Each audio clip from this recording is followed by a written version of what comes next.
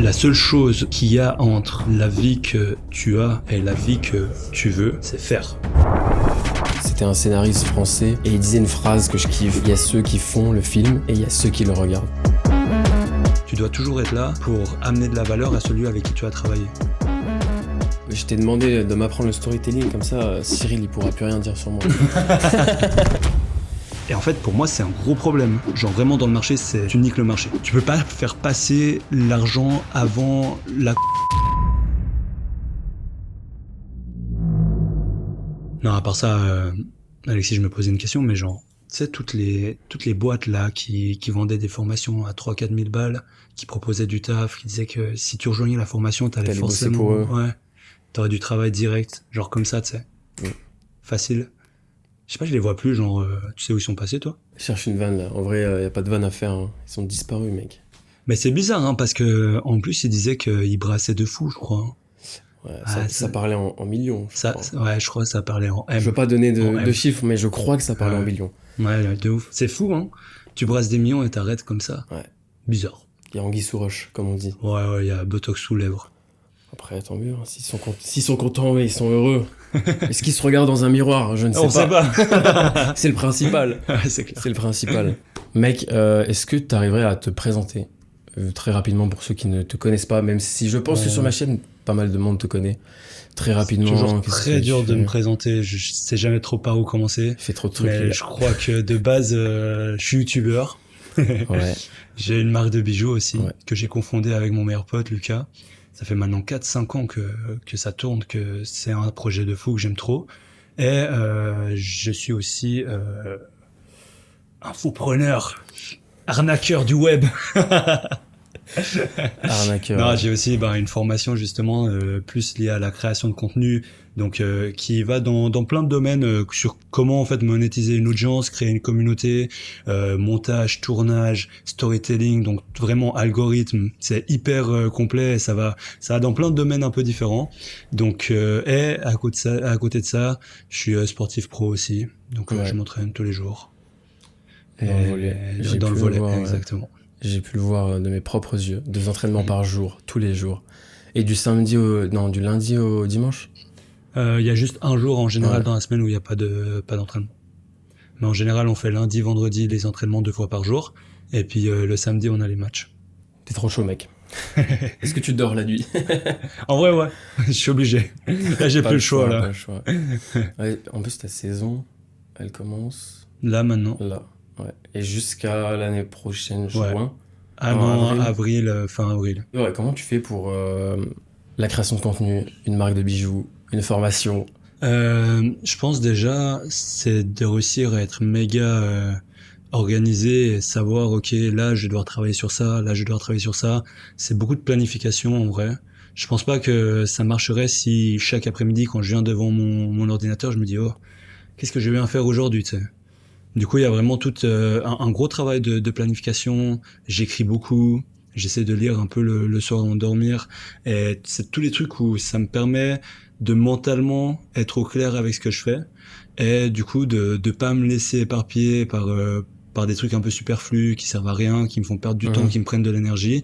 C'est aussi beaucoup savoir dire non à des propositions qu'on me fait, à des demandes d'interview, à d'autres trucs, etc., qui sont pas forcément là pour amener de la valeur, mais je vais pas, me mettre à juste rendre un service à quelqu'un, tout simplement parce que gentiment, on m'en demande pas mal, et si je dis oui à tout le monde, je m'en sors plus.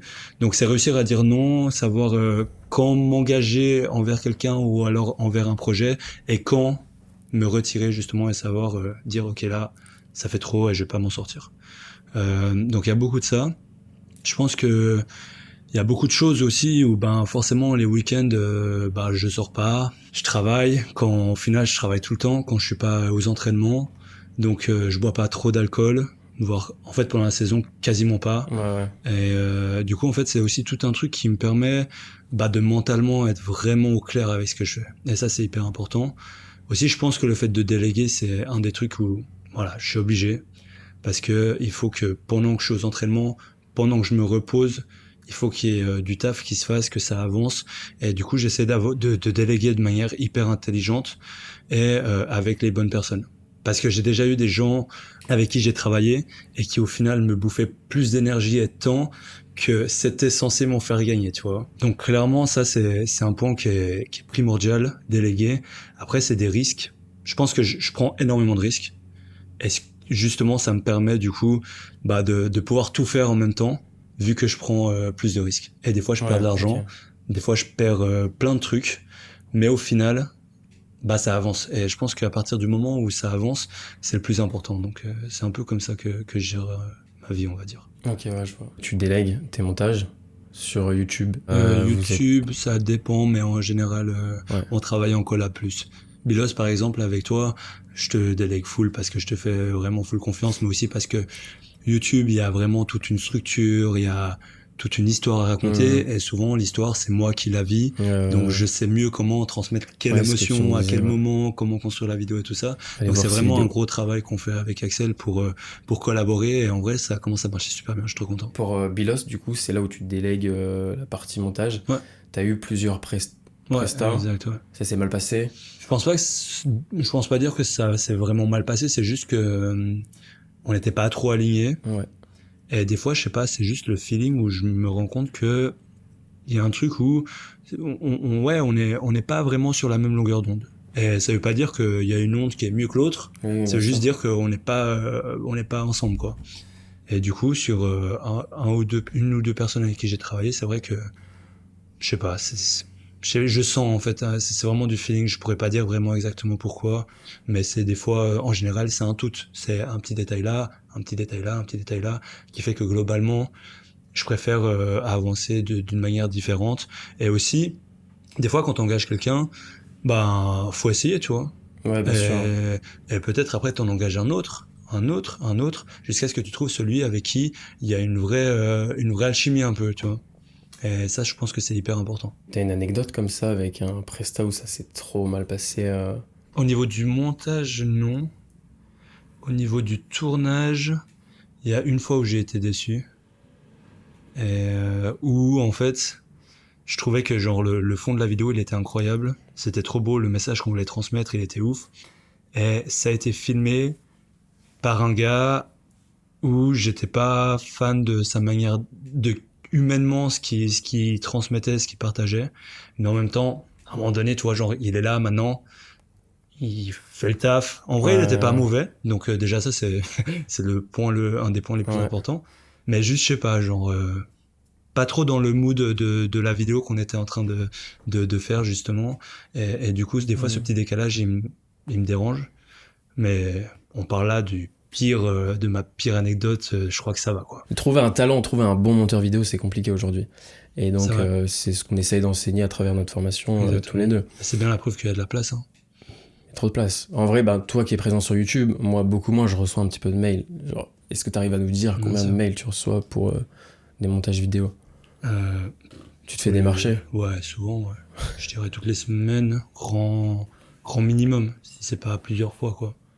Mais le problème, en fait, ce que je me rends compte, c'est que la plupart, ils sont pas bons. Enfin, c'est pas qu'ils sont pas bons, mais ils s'y prennent mal. Ouais, dans leur démarche? Ouais, dans leur démarche. J'ai l'impression que ils débutent et direct, ils veulent aller chercher enfin, tu regardes le niveau de montage sur ma chaîne. Un mec sur deux, il a pas le niveau pour monter sur ma chaîne et il me démarche quand même. Et en fait, dans l'intention, tu dois toujours être là pour amener de la valeur à celui avec qui tu as travaillé. Je suis désolé, mais ceux qui m'écrivent, dans leur tête, ils sont là en mode je veux juste avoir un gros client et ça s'arrête là. Ouais, mais si je lui fais de la merde derrière, on s'en fout, je pourrais juste dire que j'aurais travaillé avec Mathias. Mec, ça marche pas comme ça en fait. Tu vas juste te tirer une balle dans le pied, moi je serais pas content, je vais pas te recommander à d'autres youtubeurs avec qui j'ai des contacts, etc. Et au final, ça va aller nulle part. Du coup, en fait, je pense que les gens veulent tout de suite démarcher, trouver des contrats, faire ci, faire ça, etc. Avant, en fait, de vraiment bien comprendre les codes, être bon, avoir de l'expérience, commencer avec peut-être des prestats un peu moins grandes, peut-être, je sais pas, faire des sous-titres au début, même si c'est moins drôle, etc. Mais tu commences à comprendre déjà comment le marché fonctionne, comment travailler avec des clients, etc. Et ensuite, quand tu commences à prendre de l'expérience, etc., et ben là, tu peux commencer à aller démarcher des youtubeurs, des mecs un peu plus qui pèsent un peu déjà plus dans le game, tu vois. Mais moi, j'oserais pas démarcher pour ta chaîne YouTube. Mais... Bah, et pourtant, tu pourrais, clairement. Ouais, je pourrais, je pense. Genre là, clairement, tu pourrais. On essaiera un jour. Bah ouais, on note. Et pour faire un parallèle avec ce qu'on parlait un peu en off l'autre fois, je pense qu'il y a une grosse responsabilité de toutes ces boîtes qui proposaient des formations méga chères et qui justement disent aux gens mais vous inquiétez pas, on va vous donner du travail, si vous rejoignez notre formation vous serez blindé de plein de petits de petites prestats à faire, etc. Vous verrez, c'est génial, la vie est belle, vous pouvez devenir monteur comme ça. Et en fait pour moi c'est un gros problème, genre vraiment dans le marché tu niques le marché, clairement tu niques les freelances qui rejoignent ta formation parce que tu leur donnes des prestats où ils sont pas prêts à les prendre. Ouais. Donc encore une fois, le client il sera pas content, ils vont pas leur commander et même ils vont peut-être lui faire de la mauvaise pub et après c'est ciao mec, vraiment. Ouais, c'est une grosse tête, c'est ciao. Voilà, c'est ciao. Et en plus tu leur proposes des prestats qui sont pas intéressantes quoi, genre voilà. Et du coup moi ça me rend un peu ouf parce que ils font passer un peu. On est dans un métier passion, tu vois, genre tu peux pas faire du montage si t'as pas la passion, si tu kiffes pas, etc. Et ça, je le dis tout le temps, j'essaie pas de vendre des formations à des gens qui ont pas ce petit truc un peu de créateur, de vouloir créer un truc sympa, etc. Digital, tu vois. Exactement. Et dans un métier passion, tu peux pas faire passer l'argent avant la compétence. Tu fais une formation de trading, vas-y, on sait pourquoi t'es là, tu sais, genre. Ouais. Tu veux brasser des thunes. Carrément. Tu fais du montage, d'abord tu deviens bon, ensuite tu peux aller chercher des gros clients, tu peux commencer à travailler et gagner ta vie. Mais tu peux évidemment le faire un peu en parallèle. Tu peux devenir bon très vite. Regarde Marc, mec. Ouais, Marc. Tu te rends compte la dédicace à lui. Ouais, dédicace à Marc. Parce que pour le coup, c'est l'exemple le plus flagrant que j'ai eu. Ouais. Et tu peux avoir plein de qualités différentes aussi en tant que monteur. Tu peux être soit méga compétent, faire des transitions de fou. Tu peux être soit méga efficace avec des bonnes compétences de base. Et en fait, tu vas trouver des clients qui seront en cohérence ou alignés avec tes qualités de monteur. Par exemple, je trouve que moi, un monteur efficace, c'est presque mieux qu'un monteur qui est hyper dans le détail, très pointilleux, très perfectionniste. Je pense que c'est très bien, hein. J'adore aussi les monteurs qui ont un peu ces petites touches. Ouais, j'en connais plein d'ailleurs. Et ils ont souvent ils créent un peu des moods cinématiques, etc. Genre incroyable. J'adore regarder ça. Et c'est très bien. Mais peut-être que dans un milieu où le gars il a juste envie de faire 15 reels par jour, eh ben on a besoin d'un monteur qui est plus efficace que compétent. Et je pense qu'il faut plus de monteurs efficaces. Ouais. Clairement. On va le regarder. Hein. Tu regardes tous les infopreneurs, les nouveaux, qui commencent à faire 5 000 euros par mois, 6 000 euros, 10 000, il y en a plein, tous les jours. C'est clair. Et ils sont pas prêts à investir 1 000 euros dans une vidéo YouTube. Ouais, de ouf. Ils sont prêts à investir dans un petit monteur qui est efficace, c'est ça. Qui comprend son client. Et... sans en faire trop, genre il est bon mais simple. Et pour moi, ça c'est déjà la base, quoi. Tu peux déjà aller très loin. Après, je trouve que c'est cool d'avoir un peu un équilibre parce que on est encore dans un métier très créatif. Et c'est cool quand le monteur, il peut justement exprimer aussi un peu sa créativité, sa personnalité à travers le montage. Et c'est ce que je trouve beau. Moi, tu me parles d'infopreneur. C'est vrai que là, on est vraiment dans la presta, genre... c'est les mêmes codes. Hein. Voilà, c'est ça, tu vois. C'est chapitre, sous-titre, animation. Exactement. Et outro, intro. Voilà. Ouais, c'est ça, ouais. Donc ça dépend aussi dans quel est le but de ta vidéo. Et je pense que ça c'est très important aussi pour le monteur de le comprendre. Ok, le but là, c'est de lui faire une vidéo très rapidement pour qu'il puisse lancer son tunnel de vente. Ok, nickel, je te fais des cuts, quelques petits textes, elle est belle.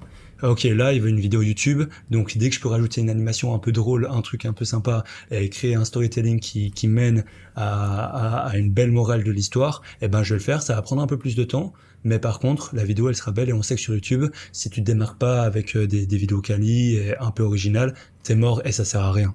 Donc tu vois, en fait, tu vas avoir des approches différentes en fonction du but que le monteur du client, en fait. Ouais, carrément, mais t'es même un peu obligé, en fait, de prendre des initiatives, de tester des trucs, de connaître un peu le storytelling, comprendre le branding de ton client. Faut que tu lui apportes quelque chose, en fait. Tu peux pas juste recevoir la vidéo, que t'es fini. C'est ça. Tu l'envoies. Et même à la longue, hein, c'est bénéfique pour toi, en tant que monteur vidéo. Tu montes, tu prends du plaisir, t'exprimes ta créativité, ton client il est content. Honnêtement, moi je fais très attention avec mes monteurs. Je fais vraiment attention à ce qu'ils puissent justement exprimer un peu ce qu'ils ont en eux, qu'ils puissent avoir la liberté de prendre le temps des fois de faire un truc qu'ils kiffent. Peut-être que ça sera pas le truc le plus efficace, c'est sûr, mais par contre, il restera épanoui. Et je sais que dans ce métier-là, moi, en tout cas, mes monteurs, je veux qu'ils soient épanouis. Je veux que chaque jour, ils se lèvent, ils kiffent. Ils soient là, vas-y, aujourd'hui, je vais faire un truc cool. Je vais monter une vidéo. Alors, ok, c'est pas la mienne, mais par contre, je vais pouvoir exprimer un peu ma créativité, tout pareil. Et pour ça, c'est trop cool. C'est trop cool. Mais le problème, c'est que les clients ne sont pas tous comme ça, autre chose. C'est vrai. Mais toujours après, peut-être qu'il y a des monteurs qui sont vraiment là pour faire des prestats en mode pas de chichi. Ouais, les killers. Voilà, les killers, voilà. vraiment. C'est les mecs qui... Exactement. Au bout de 24 heures, t'as la vidéo voilà. et c'est... C'est ça, le gars, il a killé ça. Et on n'en parle plus. Pas de correction. Elle est belle. Il a pas forcément pris du plaisir, mais il a pris son cachet. Il est content. Après, il peut aller acheter une bouteille en boîte. Non, mais en vrai, il y a tout style de monteur vidéo. Bien sûr. Si je donne des mots, il y a le créatif. Il y a le killer. Il y a le robot. Il y a le robot qui fait toujours la même vidéo. Tous les semaines. C'est toujours la même pendant 3 ans. Le gratteur qui a acheté une IA et qui fait tout avec l'IA. Qui fait tout avec l'IA, ouais. qui vend des sous-titres et qui les met sur Submagic. Mais même les IA, hein, je pense qu'il y a des monteurs, j'en connais pas personnellement, mais je pense qu'il y a des monteurs qui sont payés à faire ça. Ah oui, c'est sûr. Tu reçois 30 shorts, tu les cuts, tu les passes sous IA et t'es payé. C'est sûr. Je pense. Et tant mieux. Mais ouais, tant mieux. Mais en fait, c'est ça qui est beau, je trouve, c'est qu'on est dans un marché où peu importe comme t'es, peu importe un peu le style de monteur que t'es, eh ben, il y aura de la place pour toi, tu vois. Il y a de la place pour tout le monde. Il y a de la demande partout pour tout style de monteur. Donc, en fait, c'est ça qui est incroyable, c'est que tu peux rester toi-même, rester un peu dans ton mood, dans ta manière de travailler. T'as pas besoin de changer, en fait. Faut juste trouver les clients qui sont alignés avec ça. Ouais, mais une fois que tu trouves ça, c'est bon, tu vois. Apprends-moi le storytelling, mec. Was ist der Storytelling? Oh putain, c'est trop moche, l'allemand. Ce qui est très dangereux, c'est de pas commencer à prendre un accent d'Hitler un peu. Ouais. Ça devient très vite tricky. Et quand tu imites l'accent allemand, c'est très vite sorti. T'as l'image, quand tu imites l'accent, t'as l'image de ce monsieur. De Adolphe. Avec la moustache. Non, le storytelling, c'est vrai que c'est un truc de ouf, en vrai. Moi, je trouve que le storytelling, on en fait un peu trop, alors que c'est très simple des fois. Hein. Ouais. C'est beaucoup plus simple que ça en a l'air. Mais par contre, quand tu le pousses et que tu le travailles, c'est ouf. En fait, c'est simple quand t'as les notions que t'as entraînées, que à partir de quelques années, enfin au bout de quelques années, t'as vraiment testé ci, t'as testé ça, etc. Et après, c'est des notions qui deviennent naturellement. Et du coup, en fait, tu lis un peu le naturel à la théorie, et c'est là où ça fait les plus belles histoires, je trouve. C'est ça qui est ouf. Mais par contre, ce qui est trop bien, c'est que c'est vraiment un truc qui s'apprend. Et même d'un point de vue script, tu peux suivre des marches à suivre de storytelling, construire une histoire qui sera incroyable, juste en suivant un script qui est prédéfini. Donc ça, c'est trop cool. Moi, j'aime bien parler du cercle du storytelling, où globalement, en fait, pour moi, le storytelling, la base, c'est en un mot, c'est l'évolution. C'est-à-dire qu'en fait, t'as un personnage qui part d'une situation initiale. Ouais. Donc Alexis, il y a 2 ans, par exemple, qui était un peu paumé à l'usine. C'est moi, ouais. Ouais, c'est toi, ouais. Personnage principal, Alexis, qui n'était pas encore éditeur. J'étais pas éditeur, j'étais encore à l'usine. Alexis de l'usine, qui va s'engager dans un monde un peu nouveau, etc. Il va découvrir le montage, il va rencontrer des potes avec qui il va s'associer, etc. Après, il va rencontrer des enjeux, des obstacles, genre tout d'un coup, il va se dire « Putain, c'est dur quand même le montage, j'aurais bien aimé réussir comme ça d'un coup, mais en fait... je comprends pas les raccourcis clavier, je sais pas comment faire ci, je sais pas comment faire cette animation, personne veut travailler avec moi, ok, cool. Bien la victime, bravo. Mais ensuite, j'écoute parce que t'es en train d'écrire une vidéo. Ce sera ma prochaine vidéo. Bah vas-y, parfait. Ouais, ensuite, si jamais il te faut du coup un point, genre le momentum. Ouais. C'est ce qu'on appelle la renaissance en général. C'est genre là où on croit que le personnage principal il est mort, genre vraiment c'est dans Harry Potter à la fin de Harry Potter 4 quand il fait le duel contre Voldemort. Et à la fin il tombe et on se dit putain il est mort le frérot et tout. Puis en fait il arrive à courir et à reprendre le trophée et ça c'est la renaissance quand il revient dans le monde de base et qu'il revient, tu vois. Mais il est juste passé à côté de la mort. Ça, il y a un moment où toi, par exemple, ça peut être vraiment où t'es au bord des larmes, dépression, ta meuf t'a quitté, plus le montage c'est dur, t'as un truc nouveau, etc. Et là, tu dis, putain, je suis au bout de ma vie. Genre, vraiment, c'est où tu touches le fond du fond, quoi. Ça, c'est le moment un peu il y a un mot, je l'ai oublié, mais bref, t'as capté. Et après, t'as la Renaissance.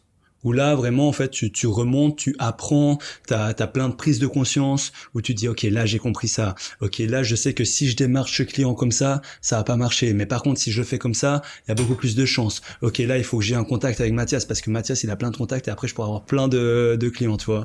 Et là, tu commences à comprendre un peu le monde du montage, etc. Ouais. Et petit à petit, tu reviens dans le monde, dans ta routine, dans la personne que t'étais avant, mais t'as évolué de fou. Et c'est pour ça qu'en fait, une histoire, on peut la résumer en un seul mot. L'évolution. Voilà. Tu prends Spider-Man. Ouais. Le gars, c'était un mec random dans la vie. Tout d'un coup, il découvre qu'il a des pouvoirs. Il va rencontrer plein de méchants. Il va galérer. Il y a plein de fois où il frôle la mort. La renaissance. Il se relève. Il casse tout. Et après, il revient un peu dans sa vie normale. Mais en étant changé parce que il a fait une expérience complètement différente, il a changé le monde, il a protégé les gens, etc., tu vois. Mais à la fin, c'est jamais Spider-Man. À la fin, c'est toujours Peter Parker, qui est un peu un homme comme tout le monde au final, mais qui est en scred, c'est Spider-Man, tu vois. C'est pour ça que les gens adorent les super-héros. Exactement. Bah, c'est pour ça que d'ailleurs ça s'appelle The Hero's Journey. C'est genre l'histoire du héros. Ouais. Je t'ai demandé de m'apprendre le storytelling, comme ça, Cyril, il pourra plus rien dire sur moi. Parce que je me suis trompé. Je me suis trompé dans la vidéo. Ouais. C'était... Ouais, on est toujours dans le storytelling. Et je m'étais trompé, c'était teasing, le mot exact. Ah ouais. Tu vois, tu te souviens ou pas dans la vidéo? Ouais, je me rappelle. Et c'est pour ça, maintenant, il peut plus rien me dire. Je connais tout le storytelling. T'avais pris un peu pour une merde aussi quand t'as dit ça. Non, mais... mais j'allais me barrer, là. Non, mais en vrai, ouais, parlons de Cyril. Tu veux parler de cette histoire? Ouais, en vrai, why not, hein. Tu l'as en vécu vrai, comment? Il n'y a pas... De quoi? Tu l'as vécu comment? Bah, dans la vidéo, je dis la vérité. C'est-à-dire que les messages de haine, j'en ai reçus. J'ai même... C'est vrai que j'en parle pas, on va parler en plus en détail. Il y a des mecs qui ont réussi à trouver mon compte personnel, Instagram, et qui ont réussi à m'envoyer des messages. Je vais pas dire les mots parce que sinon, elle sera pas monétisée. RIP, hein, 30 centimes. Le budget de Split Editor. Sur YouTube, ouais, le budget de Split. J'ai déjà montré dans le vlog combien je gagnais avec YouTube. Si. 46 € par mois. C'est mieux que zéro. Hein. Mec, c'est mieux que zéro, c'est trop bien, en vrai, c'est trop encourageant. J'ai fait 3 ans sur YouTube sans être monétisé. Et moi, 7. 7 ans? C'est vrai, en vrai, je t'avais pas demandé tout à l'heure. On reviendra là-dessus après. Depuis quand t'es sur YouTube? Première chose, j'ai répondu sous la colère. J'ai vu cette vidéo, j'ai pris mon PC, j'ai écrit un script, j'ai dit je vais lui répondre. Et je vais lui rentrer dedans. Là, ce qui est bien, c'est que j'ai 2 associés qui sont derrière. Il faut redescendre et il faut répondre intelligemment. On a laissé passer 2-3 jours. Et là, j'ai redescendu.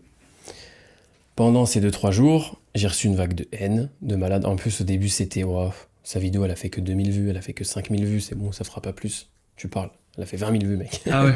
Donc du coup, t'as ces mecs sur les réseaux qui sont méchants, qui t'envoient... qui commente sous sa vidéo, il y a 150 commentaires, et qui lui répond à tous les commentaires en plus. Enfin bref, au début, pareil, je me suis dit, ça y est, je suis solide. Je suis sur les réseaux, je suis solide, je connais tous ces mecs qui veulent, qui attisent la haine. Et je suis arrivé quand tu prends 3 heures à lire que des commentaires sales sur toi, ça te fout un coup, en vrai. Mais en gros, voilà comment je l'ai vécu. Ouais. Pendant 2-3 jours, comme dans la vidéo, je mens pas, ça m'a impacté. Et surtout, je me suis dit, je suis très gentil comme mec. Et je me suis dit, si jamais ça avait été un mec qui était faible mentalement, qui commence YouTube, qui kiffe comme moi YouTube, et là il y a un YouTuber qui te fait ça sur toi, mec, le mec peut... C'est bon, je fais plus jamais de vidéos, j'arrête, il est ruiné. Et puis après, plus tard, il regrette parce qu'il a pas continué. Enfin, c'est plus ça qui m'a énervé sur sa réaction. C'est qu'il sait pas à qui il s'attaque en fait. Ah ouais, il te connaît pas en fait. Il me connaît pas, et surtout que je suis hyper passionné, je kiffe. Ouais. Il m'a traité d'arnaqueur parce que, je sais pas moi, je sais même pas pourquoi. Mais tu sais, j'ai l'impression des fois c'est un peu les puristes. Ouais, mais c'est du montage pur. Tu vois, genre, typiquement, lui, il a été, je crois qu'il a travaillé pour des chaînes de télé documentaires, de trucs comme ça, qui sont pas forcément, genre, sur les réseaux de base, tu vois. J'ai l'impression que les codes de YouTube, il est venu un peu plus tard dessus. Et de cette de ce côté un peu puriste où vraiment il aime le montage parfait, le montage bien fait, comme tu l'apprendrais, tu vois, genre dans une école de montage ou un truc comme ça, je sais même pas si ça existe. Eh ben, peut-être que lui, je pense que ça le frustre de voir que d'autres réussissent sans être passé par ce côté un peu par l'école, formel. Hein. Il a fait des études et tout. Voilà, exactement. J'ai étudié sur LinkedIn, tout sur LinkedIn. Ouais, mais je trouve ça dommage parce que... Je trouve ça dommage. Ouais, c'est ça, c'est sûr, on aurait pu faire une collab ensemble un jour. Ouais, de ouf. Enfin, voilà, ce que je dis, le gâteau, il est grand, il y a de la place pour tout le monde. Moi, j'attaque personne. Ah oui. Enfin, genre, t'as une formation en montage vidéo, j'en ai une. On est en podcast. J'ai fait des podcasts avec Marc, avec Léo qui va sortir sa formation. Je fais de la pub, là, on enlèvera ça. On revient normal. On revient normal, là. Il y a que nous deux qui faisons des formations. Ouais, il y a que nous deux, ouais. Mais ouais, je trouve ça dommage. Il y avait mieux à faire, on va dire. Il y avait mieux à faire. En fait, il me fait penser je sais pas, aux vieux frustrés qui comprennent pas les réseaux, tu sais. Ouais, genre en à ma mif, tu sais, genre ma mère qui capte pas que tu peux gagner ta vie en étant sur YouTube et tout ça. J'ai l'impression que c'était mon beau-père. Et même ma mère, elle réagit mieux, tu sais, genre elle essaie de comprendre, elle pose des questions, même si des fois elle est pas enchantée parce que c'est un métier qu'elle se rend pas compte qu'il y a de l'argent à se faire. Mais lui, genre vraiment, on dirait, genre il y a un truc au fond de lui où il est là en mode ouais, je sais pas s'il fait des études. Il a rien fait, il y a une première. C'est vraiment, je le vois comme ça, tu sais, derrière son ordi à faire la vidéo contre toi, vraiment. Ouais, vraiment, il parle dans sa barbe et il est là. Le schtroumpf grincheux. C'est ça, et moi je trouve de base, je comprends son combat. Il veut 100% à part ça.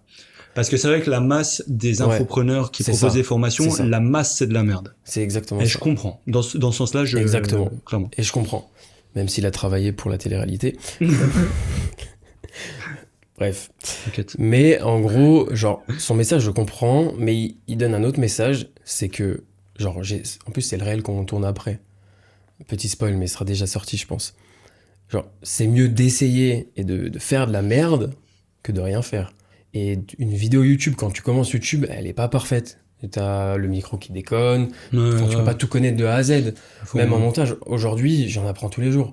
Bien sûr. Genre, en fait, je pense, j'ai l'impression qu'il a confondu genre des petites erreurs ou des erreurs qui ont pas forcément tant d'impact que ça, tu vois. Genre, tu confonds même storytelling avec teasing.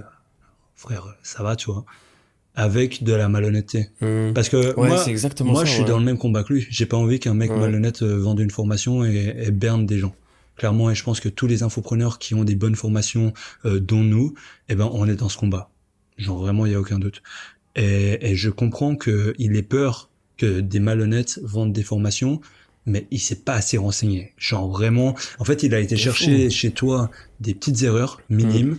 Et c'est vrai que dans ce sens-là, j'avoue, genre c'est des erreurs techniques où tu dis ok, le frérot il vend des formations et il confond ça.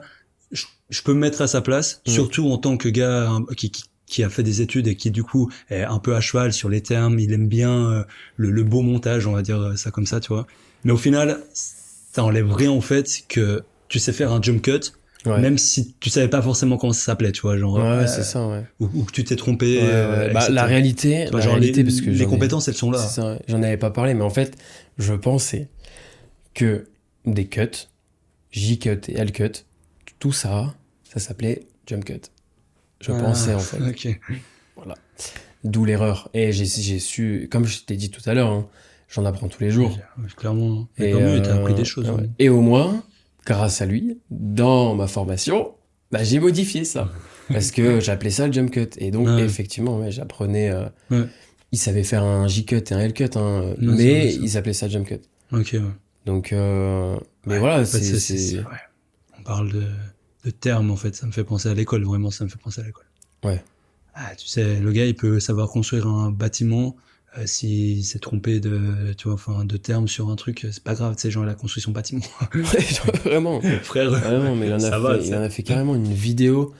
Ouais, il s'est chauffé, vraiment. Il s'est vraiment chauffé, ouais. J'ai pas compris. Point positif, ça veut dire que je commence à faire du bruit. Ils ont peur. Voilà, ils ont peur. Mais lui, il a lancé une formation, en plus, après nous. Bah oui, non mais... Mais on est d'accord, c'est ça que j'ai trouvé le plus choquant. Parce que ça fait quelques vidéos où il chie sur les gens qui lancent des formats, non ? C'est ça. Ok, on est Et d'accord. en creusant un petit peu, t'as un petit lien vers une landing page et qui est écrit formation bientôt. Ouais, je me disais. Ouais. Mais bon, voilà. Après, voilà. Mais il a raison, mais juste ferme ta gueule. Mais oui, non, mais après, voilà, genre, c'est dommage. Moi, c'est dommage, en fait, parce que j'aimais bien ce qu'il faisait. Ouais, Marc m'a dit pareil. Il m'a dit, de base, Marc m'a appelé, m'a dit, mec, je voulais faire une collab avec lui, je voulais envoyer un mail et tout, qu'on fasse des trucs. S'il réagit comme ça, faire une vidéo, je vais dire J-Cut, il va mettre une baffe. Non, mais c'est vrai. C'est dommage. C'est dommage. De toute façon, il est passé sur DaVinci. En plus. T'en penses quoi de DaVinci?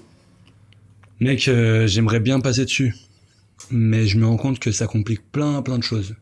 Déjà, moi, ma vie. Et aussi, quand je travaille avec des gens, les gens, souvent, ils travaillent sur Premiere. Ouais. Et je suis un peu déçu parce que je pourrais faire beaucoup d'économies déjà. D'un point de vue financier, c'est intéressant de passer sur DaVinci. Plus, t'as moins de problèmes, c'est plus stable. Plus, t'as plus d'outils, c'est plus fort. Mais, je sais pas, il y a ce truc avec Premiere où tout est simple en fait. Genre, j'ai un ordinateur où en réalité, ça bug pas tant que ça, tu sais. Vu que j'ai un putain de Mac à 7000 balles. Donc, tu vois, je suis là en mode, bon, je peux monter. Ouais, tu peux monter sur un Premiere Pro sans bug. Ouais, en vrai, je suis pareil, je repousse. Là, j'ai trouvé une stratégie, je me suis dit, je vais monter sur Premiere Pro et je vais juste faire ma colo sur DaVinci. Ouais, c'est ce que je fais des fois. Et j'arrive pas. Même ça, j'ai de la Je suis en plus avec des lanceurs. Ouais. Genre des lanceurs qui arrivent en mode, est-ce que je vais sur DaVinci? Ça sert pas à grand chose. Bon, il y a DNSR sur DaVinci aussi. Ouais, je sais, ouais. Mais... Après, tu peux le faire tout en manuel, du coup, sur DaVinci. Parce que toi, sur Premiere Pro, DNSR, ce qui est bien, c'est que tu peux faire du bloom, halation et grain. Je crois que tu peux ajouter du grain. Ouais, t'as l'effet direct. Voilà. T'as un effet. Et sur DaVinci, t'as bloom, halation et grain sans DNSR, quoi. Ouais, c'est ça, ouais. Donc, voilà. Après, Premiere Pro est en retard. Toujours. Classique. Ils sont toujours en retard, ils sont codés un peu avec le cul. C'est clair. Mais voilà, enfin, je sais pas. Parce qu'après, même niveau économie, je me dis, je passe sur DaVinci. Je monte sur DaVinci. Mais j'utilise quand même After Effects et Photoshop à fond, tu vois. Ouais, moi aussi. Et donc, au final... Lightroom. Ouais, Lightroom aussi. J'ai mon abonnement, je vais le payer, donc... Donc, je sais pas, est-ce que je passe sur DaVinci? Niveau tuto aussi sur YouTube, Premiere Pro, c'est clair. T'as une petite question, bam, tu tapes. De ouf. Ah, je suis d'accord. Il y a une place à prendre si vous voulez créer du contenu sur DaVinci. En vrai, il y a une grosse place à prendre sur YouTube, je pense. Ouais, il y a moyen. Je me demande c'est quoi les stats Premiere Pro. Ah, c'est dur à dire. Je pense que tu peux pas trouver. Hein. Moi, je pense qu'il y en a plein qui sont comme nous. Comme nous? Ouais. Qui en parlent, mais qui se lancent pas trop, tu sais. Ouais. Moi, je suis un peu sur la retenue. Hein. Sinon, on va sur CapCut. Mec, tu sais que j'y ai pensé. Il y a moyen que CapCut, ça devienne un peu le prochain Premiere Pro, ouais. Mais pas tout de suite, là, c'est trop tôt. Non, c'est trop tôt simple. Et j'ai essayé CapCut et c'est un petit peu gaga. Ouais. C'est fluide à mort. Genre, c'est vraiment très très fluide. Incroyable. Mais... Même avec des gros rushs, genre du ProRes. Non, j'ai pas essayé ça. J'ai pas essayé. Je sais même pas si on peut faire de la colo, je pense que oui. Hein, mais oui, tu peux mettre des vidéos. J'ai même pas creusé jusque-là. Non, j'ai essayé de faire un réel, sous-titré. Ah si, j'ai fait une petite colo, mais vraiment très rapide. En plus, t'as déjà des LUTs prédéfinis aussi. Donc ça fonctionne bien. Mais je sais pas. C'est un peu gaga, je trouve. C'est le mec de 16 ans qui veut apprendre le montage, qui a pas trop envie de se casser la tête, c'est facile et tout. Moi, je pense que c'est bien pour prendre en main un peu. Ouais. Il y a du bon. En vrai, il y a du bon. Tu prends en main un logiciel gratuit, comme CapCut ou DaVinci, et après, tu passes sur un logiciel payant et tu te focuses là-dessus. Ouais, grave. C'est ça qui est bien avec DaVinci, en vrai. Si tu commences le montage, c'est ça qui est cool. Ouais, à fond. Tu as DaVinci gratos. Tu mets 300 balles une fois. Une fois, c'est trop bien en vrai. Ouais, trop bien. Je sais pas pourquoi Premiere Pro ne font pas ça. Dans le pire des cas, on paye 1000 € et tu l'as à vie, tu vois. Ouais, de ouf. Je te jure. Je comprends pas. En vrai, je t'ai jamais posé la question. Ça fait combien de temps que t'es sur YouTube, toi? Que t'as commencé YouTube? J'ai 26 ans, j'ai commencé à 13, donc 13 ans. 13 ans? Joli parcours, hein. Félicitations. Merci. J'ai préparé mes questions, j'ai fait le bon élève. Comment vois-tu l'évolution du marché de la vidéo, pardon, attends, je vais le refaire. Comment vois-tu l'évolution du marché du contenu... Ah non, j'ai mal écrit en fait. Ah, super indep. Je vais le garder en fait, je vais même pas cutter. Comment vois-tu l'évolution du marché de la vidéo dans les prochaines années? Honnêtement, il va faire que grandir. Ouais. Genre là, pendant un moment, ça va faire que grandir. Parce que il y a plein d'outils qui sont en train de se développer, plein de nouvelles IA qui rendent le truc plus accessible, toujours plus simple, mais toujours plus poussé. Et du coup, ça ouvre vraiment des portes à l'originalité, à des trucs nouveaux, à des trucs qu'on n'a jamais vus avant. Et surtout, maintenant, tout passe par la vidéo. Tu te rends compte, même quand tu postes sur Insta, une vidéo, ça fait 100 000 vues. Tu postes une photo, ça fait 3000 vues, quoi. Enfin, on s'entend. Oui, bien sûr. Donc déjà, là, la vidéo, vraiment, elle prend trop de place. Sur les sites, toujours plus de vidéos pour expliquer les choses. Les tutos, toujours plus de vidéos. Une entreprise qui vend des fourmilières, toujours plus de vidéos pour expliquer comment monter la moustiquaire. J'ai dit fourmilière ou moustiquaire? Fourmilière. Ok, moustiquaire. Tu vois, genre, vraiment, toutes les entreprises auront besoin de vidéos pour expliquer leurs produits, le vendre. En fait, il y a la vidéo est là pour soutenir 10 000 buts différents. Tu as besoin d'expliquer quelque chose, tu peux utiliser la vidéo. Tu as besoin de vendre quelque chose, tu peux utiliser la vidéo. Tu as besoin de raconter une histoire, tu as besoin de créer de la crédibilité, de la confiance avec des clients. Tu veux envoyer un message d'amour à quelqu'un, tu peux utiliser la vidéo. Tu envoyer un snap, tu vois, genre, tu peux faire rire, tu veux faire rire quelqu'un, tu utilises une vidéo. Il y a tout qui tourne autour de la vidéo. Hein. Tout le monde tourne autour de la vidéo actuellement, et le monde digital, principalement, logique. Et même maintenant, les pubs, tu vois, genre, tu vois, à Times Square, il y a que des vidéos. Il y a même plus d'affichage non, c'est normaux, que la vidéo, même en Chine. Donc, c'est que ça. laisse tomber, en fait. Tout le monde la demande, elle fait que grandir, et l'offre, elle bouge pas tant que ça, en fait. Donc, pour moi, il y a vraiment toujours plus de place. Et tant mieux pour nous, pour les gens qui se lancent, parce que c'est un monde qui est juste incroyable, qui, à moi, a amené un sens juste énorme à ma vie. Je vis pour ça et je suis trop heureux de ça. Ça me permet de faire tellement de choses que j'aurais jamais imaginé pouvoir faire, même des rencontres. Je rencontre d'autres personnes qui sont passionnées de fou, et de pouvoir discuter avec eux, genre même rien que là, c'est trop cool. Et pour moi, c'est un monde qui est sans limite, qui est encore à faire, genre il y a tout à faire, et c'est juste génial. On est au début.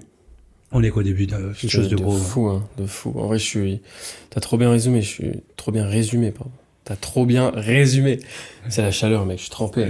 Ouais, c'est la chaleur, t'inquiète. T'as pas une petite pâteuse, là?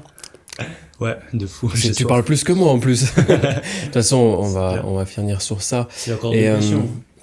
Ouais, une petite question, vu que ta chaîne vidéo, c'est un petit peu sur le dev perso. Est-ce que tu as un conseil pour les gens qui ont du mal à se lancer, ils ont envie de créer du contenu, mais ils n'arrivent pas à passer à l'action? En fait, pour moi, la seule chose qu'il y a entre la vie que tu as et la vie que tu veux, c'est faire. Ouais. Genre vraiment, c'est l'action. Et du coup, pour moi...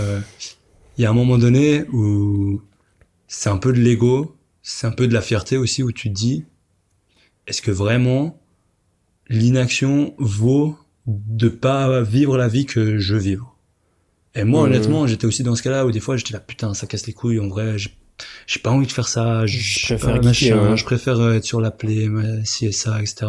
Un jour, j'ai eu un déclic, je me suis dit, mais mec, gros, on n'a qu'une seule vie, t'as envie de devenir quelqu'un, de faire des grandes choses, etc. Et tu fais rien pour y arriver. Genre, t'as cru que les choses, elles allaient venir à toi comme ça. Non, mec, enfin, réveille-toi, tu sais. Et du coup, pour moi, c'est vraiment le plus important. Ça, c'est pas même pas comment. Ouais, mais ça me paraît tellement banal, mais en même temps, c'est tellement vrai, c'est tellement le refus, en fait, d'avoir une vie de merde. Moi, je suis désolé, mais il y a un moment donné, j'ai dit stop. Juste, je veux pas cette vie, en fait. Ouais, moi, c'était ça. J'étais à l'usine. C'est pas pour moi, quoi, genre... Je faisais les 3-8, mec. Et je sais pas si tu sais ce que c'est. Ouais, c'est quand tu tournes, ouais, c'est horrible. On fait ça à l'armée aussi. Mais qui fait ça? À part les militaires, gros respect à eux. En vrai, gros respect à tous ces mecs qui kiffent. Il y en a qui kiffent. Ceux qui sont à l'usine, respect à eux. Putain, c'est dur. Moi, il y avait une phrase qui va te parler de, je sais pas si tu connais Jean-Luc Godard. Non. C'était un scénariste français. Ok. Qui en gros a révolutionné un petit peu le cinéma au niveau mondial. Ok. En fait, c'était un critique de film. C'était un gros critique. Et il disait une phrase que je kiffe. Il y a ceux qui font le film et il y a ceux qui le regardent. Et en gros, la création de contenu, pareil, tu réadaptes. Il y a ceux qui créent le contenu et il y a ceux qui le regardent. Et en fait, cette phrase, elle fait trop sens. Grave. Soit tu crées le contenu et tu fais quelque chose de ta vie, t'essayes de faire quelque chose de concret. Et il y a ceux derrière qui regardent le contenu et qui font rien toute la journée. Ouais. Puis un jour, ouais, je pense qu'un jour, ces personnes-là ont un regret quand même. C'est sûr. Même si tu te foires, tu vois. Moi, demain, ça se casse la gueule, j'ai pas de regret. C'était trop cool, regarde, juste d'être là déjà, je kiffe, total. De fou. Demain, ça foire, ouais, mais j'ai fait des podcasts, j'ai essayé. Ouais, je pense il y a un moment donné où c'est pas aussi, enfin, c'est pas notre taf de, on peut pas aller réveiller des gens qui sont pas ouverts à être réveillés, quoi. Enfin. On peut pas, hein. Les gens qui achètent notre formation et qui ouvrent pas, c'est une dinguerie. C'est fou, oui. S'il vous plaît, enfin, travaillez, bordel. Ouais, vraiment. Après, voilà. C'est de la responsabilité individuelle. Ça doit venir de c'est soi. L'autodiscipline, ouais, c'est à toi de gérer. Voilà, c'est ta responsabilité. À un moment donné, ça doit venir au fond de toi, genre. Il doit y avoir un déclic et il viendra jamais de quelqu'un d'autre. T'es fou. Puis s'ils ont peur de l'échec, regardez sur la chaîne de Mathias, l'échec avant la réussite. Voilà. Et vous c'est comprendrez. Les bons messages. Allez, on finit sur une dernière. Allez. Petite question. J'ai la pâteuse de ouf, mec. J'ai chaud. Je suis trempé. C'est parce que tu me fais de l'effet. Yes. Ok. J'ai ma dernière question et on va finir sur ça. Vas-y. Je t'écoute. Est-ce que tu kiffes les burgers? De fou. C'est vrai? Ouais. C'est fini. C'est la fin. Merci à tous et abonnez-vous.